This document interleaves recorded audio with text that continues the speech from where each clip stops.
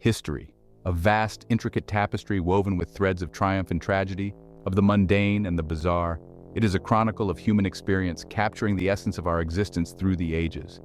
Imagine a tapestry woven with threads of triumph and tragedy, each thread representing a moment in time, a story waiting to be told.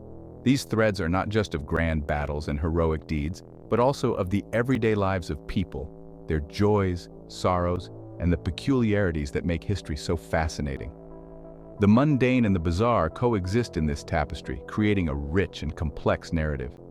Picture the bustling market streets of ancient cities, where merchants haggled over exotic goods, and the strange rituals that once held deep significance now seem peculiar to our modern eyes. These are the moments that add color and texture to the fabric of history. But what happens when the strange, the unusual, the downright eerie, bleeds into the world of storytelling?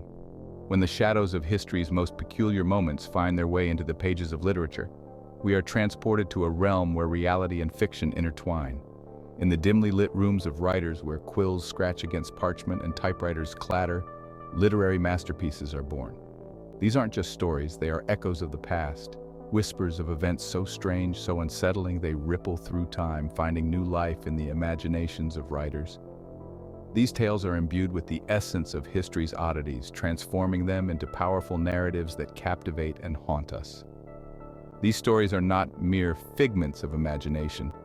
They are echoes of the past, whispers of events so strange, so unsettling, they ripple through time, finding new life in the imaginations of writers. The wind blowing through ancient ruins carries with it the secrets of bygone eras, secrets that are captured in old letters and documents, waiting to be discovered and retold. From unexplained phenomena to chilling occurrences, history's oddities have a way of worming their way into our collective consciousness. These events, often shrouded in mystery, resurface as powerful narratives that both captivate and haunt us. Old newspapers with sensational headlines and dramatic reenactments of chilling historical events remind us of the strange and eerie moments that have left an indelible mark on our history. Join us now as we delve into the annals of history, unearthing those bizarre events that have sparked the imaginations of some of the world's greatest storytellers. In the quiet corners of ancient libraries, where dusty books hold the secrets of the past, scholars have long discussed and debated these strange events, seeking to understand their significance and impact. Our first bizarre event takes us to the trenches of World War I, a time marked by innovation and deception. Enter the Ghost Army, a secret unit officially known as the 23rd Headquarters Special Troops. Formed in 1944 during World War II, this unconventional group was tasked with creating illusions to mislead the enemy.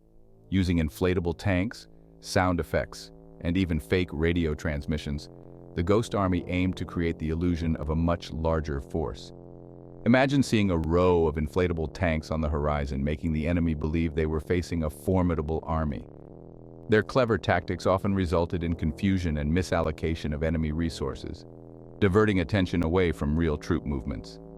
Composed of artists, designers, and sound engineers, the Ghost Army was as much about creativity as it was about military strategy. They employed techniques from theater and art to craft elaborate ruses, including fake camps, complete with dummy soldiers, and soundscapes that mimicked troop movements. For instance, they used loudspeakers to play recordings of marching feet and vehicle sounds, creating the illusion of a bustling army. One soldier famously described their mission as the greatest act of deception in history. The Ghost Army's efforts were so effective that they played a crucial role in several key operations, including the liberation of France. In one notable operation, they successfully convinced German forces that a large American offensive was taking place in one area, while the real attack happened elsewhere. This fascinating story of deception inspired authors like John Steinbeck. In his novel, The Moon is Down, Steinbeck explores themes of resistance, the psychological impact of war, and the idea that even the smallest acts of defiance can shift the tide of conflict. The Ghost Army's tactics resonate with the novel's portrayal of how perception can shape reality in times of strife. The blending of art and warfare showcases how bizarre historical events can leave a lasting mark on literature. The creativity and ingenuity of the Ghost Army remind us that even in the darkest times, imagination can lead to unexpected outcomes. Their story is a testament to the power of innovation and the human spirit in the face of adversity. The year without a summer darkness falls, imagination soars. Imagine a year shrouded in perpetual gloom, a year where the sun, a distant memory, barely penetrates the thick veil of volcanic ash that blankets the sky. The world is cast in a shadowy twilight, and the air is thick with an eerie stillness. This was the reality of 1816, a year that would go down in history as the year without a summer. The massive eruption of Mount Tambora in April of 1815 had spewed vast amounts of volcanic ash into the atmosphere, creating a global climate anomaly. The sun's rays were obstructed, leading to a significant drop in temperatures worldwide. The eruption of Mount Tambora was one of the most powerful in recorded history, and its effects were felt across the globe. The skies were darkened, and the earth was cloaked in a chilling gloom. Crops failed, leading to widespread famine and hardship. The once fertile fields were now barren, and the cold weather scenes of 1816 were a stark contrast to the usual warmth of summer. The people of the time were gripped by a palpable sense of dread. The world seemed to be unraveling, and the future was uncertain. It was a time of great suffering and despair, as communities struggled to survive in the face of this unprecedented climate catastrophe. The cold, dark days seemed endless, and hope was a scarce commodity. Yet, amidst this darkness and uncertainty, a group of writers found themselves gathered at Lake Geneva. Mary Shelley, Lord Byron, and Percy Bysshe Shelley, among others, sought refuge in the mansion by the lake.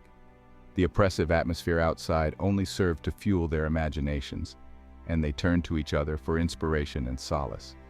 The gloomy weather and the sense of unease that permeated the air led them to challenge each other to write the most terrifying stories imaginable.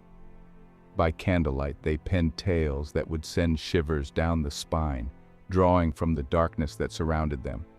The conversations were intense, and the creative energy in the room was palpable. It was in this setting that Mary Shelley conceived her masterpiece, Frankenstein. The story of Victor Frankenstein and his monstrous creation was a reflection of the fears and anxieties of the time. It was a chilling tale of scientific hubris and the monstrous consequences of tampering with the natural order. Shelley's novel would go on to become one of the most enduring works of literature, a testament to the power of human imagination in the face of adversity. The Year Without a Summer, a time of global darkness and despair, inadvertently gave birth to one of literature's most enduring monsters. It was a period that forever linked a historical anomaly with the boundless power of human creativity. The darkness that fell over the world in 1816 was not just a physical phenomenon, but a catalyst for the soaring imaginations of those who lived through it. In the end, it was a reminder that even in the darkest of times, the human spirit can find a way to create light. The Great Smog of London, when the air itself turned deadly. December 1952. London, usually a bustling metropolis, found itself shrouded in a thick, yellowish smog. This wasn't fog, not the kind Londoners were accustomed to. This was a deadly cocktail of pollutants, a suffocating blanket that brought the city to its knees. Visibility was reduced to mere feet, transportation ground to a halt. People struggled to breathe, the air thick with a sulfurous stench. Thousands died, their lungs overwhelmed by the toxic haze. The Great Smog of London, a stark reminder of the devastating consequences of industrial pollution, left an indelible mark on the city's consciousness. This environmental catastrophe found its way into literature, inspiring works like Charles Dickens's Bleak House, which vividly portrays the grime and pollution of industrial London, and more recent novels that explore themes of environmental degradation and societal responsibility. The Salem witch trials, fear, and fanaticism fuel literary flames. In the annals of history, few events are as chilling, as deeply unsettling as the Salem witch trials. This period, marked by a frenzy of accusations and a climate of fear, has left an indelible mark on the American consciousness. This dark chapter of American history, fueled by religious extremism, fear, and paranoia, saw the execution of 20 innocent individuals accused of witchcraft. These individuals, many of whom were women, were subjected to brutal interrogations and unfair trials, often based on flimsy evidence and personal vendettas. The trials, a terrifying example of mass hysteria and the abuse of power, left an indelible stain on the American psyche. The fear that gripped the community led to neighbors turning against each other, families being torn apart, and a general sense of distrust that permeated the society. But from the ashes of this tragedy rose a powerful narrative, one that continues to resonate with readers centuries later.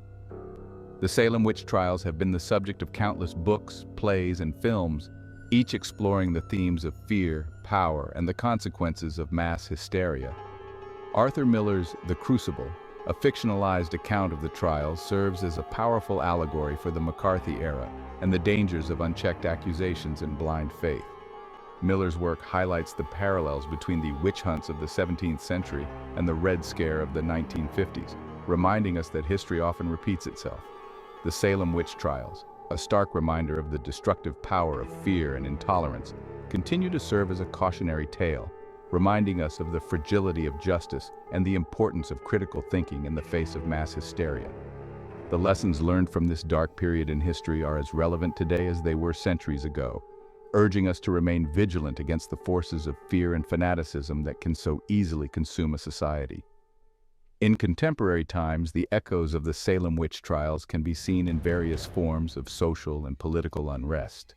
The trials serve as a poignant reminder that the fight for justice and reason is ongoing, and that we must always be wary of the dangers posed by fear-driven actions and ideologies.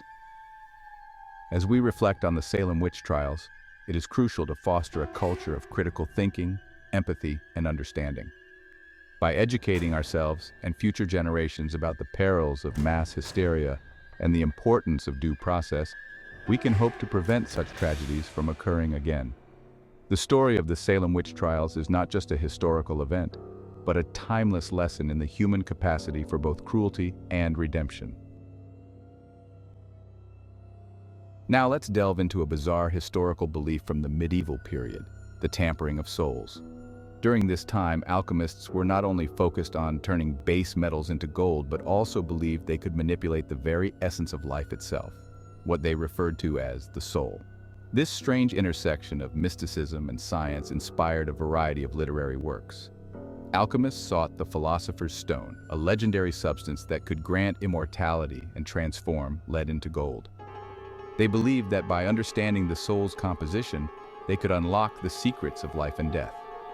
This obsession with the soul and transformation led to a myriad of bizarre experiments, often shrouded in secrecy and superstition. One of the most notable figures in this realm was Paracelsus, a Swiss physician and alchemist who proposed that the human body was a microcosm of the universe. He believed that diseases were caused by imbalances in the soul and the body, leading him to conduct experiments that merged medicine with alchemical practices. His ideas influenced later thinkers and writers, bridging the gap between science and the mystical. Paracelsus famously said, "The art of healing comes from nature, not from the physician." This belief in the interconnectedness of all things laid the groundwork for future explorations of the human condition, particularly in literature. This bizarre historical context found its way into literature, most notably in Paulo Coelho's The Alchemist. The novel follows Santiago, a shepherd who dreams of finding treasure, and in his journey discovers the importance of listening to his heart and understanding the soul's true desires. The alchemical metaphor serves as a powerful symbol of personal transformation and self-discovery. The idea of tampering with the soul resonates throughout the narrative, highlighting how personal journeys can lead to profound revelations. Coelho's work reflects the alchemical belief that we all possess the ability to transform our lives and understand our true purpose. Visuals of other literary works inspired by alchemical themes, such as Frankenstein by Mary Shelley. Another significant literary work influenced by these alchemical themes is Mary Shelley's Frankenstein. Victor Frankenstein's quest to create life parallels the alchemical pursuit of understanding the soul. His tragic failure and the consequences of his actions raise questions about the ethical implications of tampering with life itself. Through Victor's story, Shelley explores the dangers of unchecked ambition and the moral dilemmas surrounding creation and destruction. The alchemical quest for knowledge leads to unforeseen consequences, echoing the historical obsession with manipulating the essence of life. Thank you for watching. If you like this content, please show it by smashing the like button and sharing it with your friends. See you in the next video.